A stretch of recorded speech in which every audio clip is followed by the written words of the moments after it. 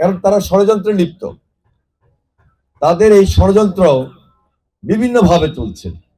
আপনি ফেসবুকে যান, দেখবেন এক সময় তারা মিছিল করেছিল, এখন সেই মিছিলটা এখন ছেড়ে দিচ্ছে, আর পার্শ্ববর্তী দেশে বসে বলতেছে যে কোনো সময় চলে আসবো।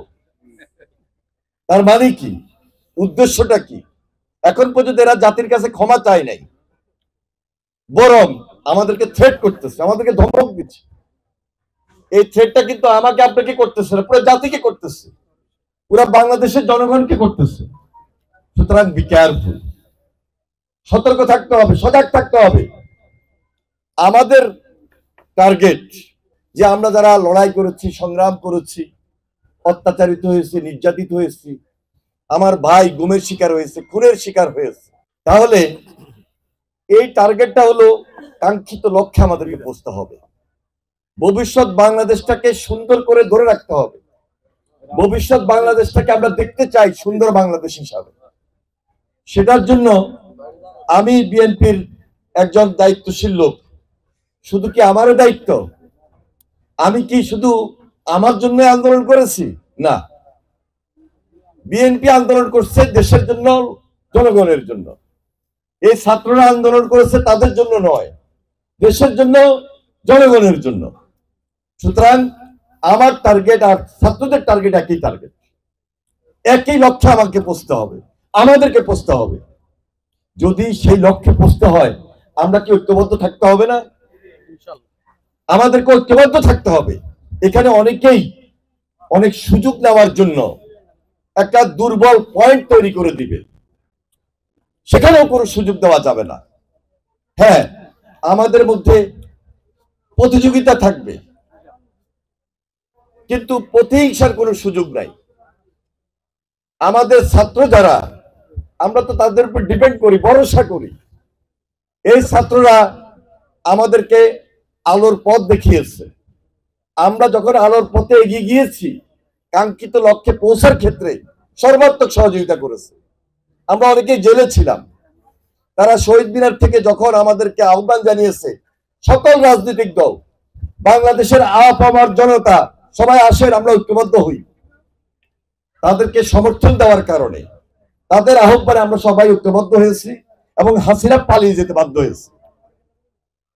সে পালিয়ে গিয়ে এখন আবার ষড়যন্ত্রে লিপ্ত, আর এমনি পালিয়ে যায় নাই তো, দেশের শত্রুতে পরিণত হয়েছে, গণশত্রুতে পরিণত হয়েছে, বিদায় সে পালিয়ে গেছে। কিন্তু হাসিনার সাঙ্গপাঙ্গরা কিন্তু পালাই নাই, তারা কিন্তু এখনো উকিঝুঁকি মারছে। এই লক্ষ্মীপুরেই বলেন, বিভিন্ন জায়গায় কিন্তু ওই ক্রাইমাররা এখনো আছে। এখন আমরা বারবার বলছি, আইনকে নিজের হাতে তুলে নেব না, কিন্তু প্রশাসনের দায়িত্ব হলো ওই ক্রাইমারদেরকে, ওই সন্ত্রাসীদেরকে গ্রেপ্তার করা। তবে সেটার জন্য তাদের বিরুদ্ধে স্পেসিফিক মামলাও দিতে হবে। বিগত 15, 16, 17 বছর অনেকে অনেকভাবে নির্যাতিত, অনেকে অনেকভাবে ক্ষতিগ্রস্ত। যাই হোক, আমি সেই দিকে আর যাচ্ছি না। আমাদেরকে এক কথায় ঐক্যবদ্ধ থাকতে হবে এবং সজাগ এবং সতর্ক থাকতে হবে। আসেন, এই যে বাংলাদেশ ফুটবল ফেডারেশন বাপুপে, সেখানে আমাদের জেলার পক্ষে, প্রত্যেকটা জেলার পক্ষে যিনি ভোট করেছেন ওয়াহিদুদ্দিন চৌধুরী হ্যাপি, তিনি আমার ভাই হতে পারেন, কিন্তু যে সম্মানের জায়গায় গিয়েছেন, এটা আমাদের লক্ষ্মীপুরের জন্য একটা গৌরবের ব্যাপার, গর্বের ব্যাপার।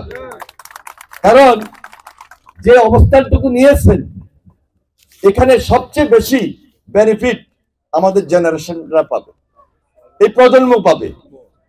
তাহলে ফুটবল ফেডারেশনকে আমরা তো সম্পূর্ণ সহযোগিতা করবই, পাশাপাশি বাপুপের ভাইস প্রেসিডেন্টের কাছে আমাদের প্রত্যাশা তো আছে না?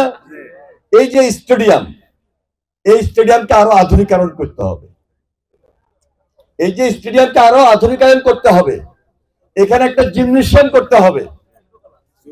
আমাদের এই যে শিল্পকলা একাডেমি, যদিও খেলাধুলার পাশাপাশি শিল্পকলা একাডেমি, দেখেন 2005 সালে, 2006 সালে আমরা 5 সালে কাজ শুরু হয়েছে, 6 সালে উদ্বোধন করেছি। এতগুলো ডিসি সাহেব আসছেন, এতগুলো সরকারি কর্মকর্তা আছেন, অবৈধ শাসকদের কথা বাদে দিলাম, তারা তো লুটিপুটে খাইছে, তারা তো লুটপাট করছে, টাকা পাচার করছে, কিন্তু ডিসি সাহেবরা কি করছে? এটা ডিসির অধীনে এই শিল্পকলা একাডেমি। তাহলে বিন্দু মাত্র সংস্কার করে নাই, রিপেয়ার করে নাই। আজকে আমি একটু আগে ঘুরে আসছি, এটা ভেঙে ভেঙে পড়তেছে। যাই হোক, বর্তমান যে ডিসি সাহেব আছেন, আমি তার দৃষ্টি আকর্ষণ করছি, তিনি অন্তত এই কাজটুকু করবেন। ব্যক্তিগতভাবে আমি তার সঙ্গে যোগাযোগ করব, যেন খুব শীঘ্রই আমাদের এই শিল্পকলা একাডেমির উন্নয়নের কাজটা নতুন ভাবে হাতে নেন সংস্কারের মাধ্যমে। আর এই জেনারেশন একটা জিনিস মনে রাখবেন, ভবিষ্যতে মেধার ভিত্তিতে আপনাদের কিন্তু জায়গায় পুষতে হবে। আপনারা মেধার জন্য আন্দোলন করেছেন। আমার কাছে অনেক তদবির আসে, অনেক সময় বলে যে পুলিশের চাকরি, এই চাকরি, ওই চাকরি।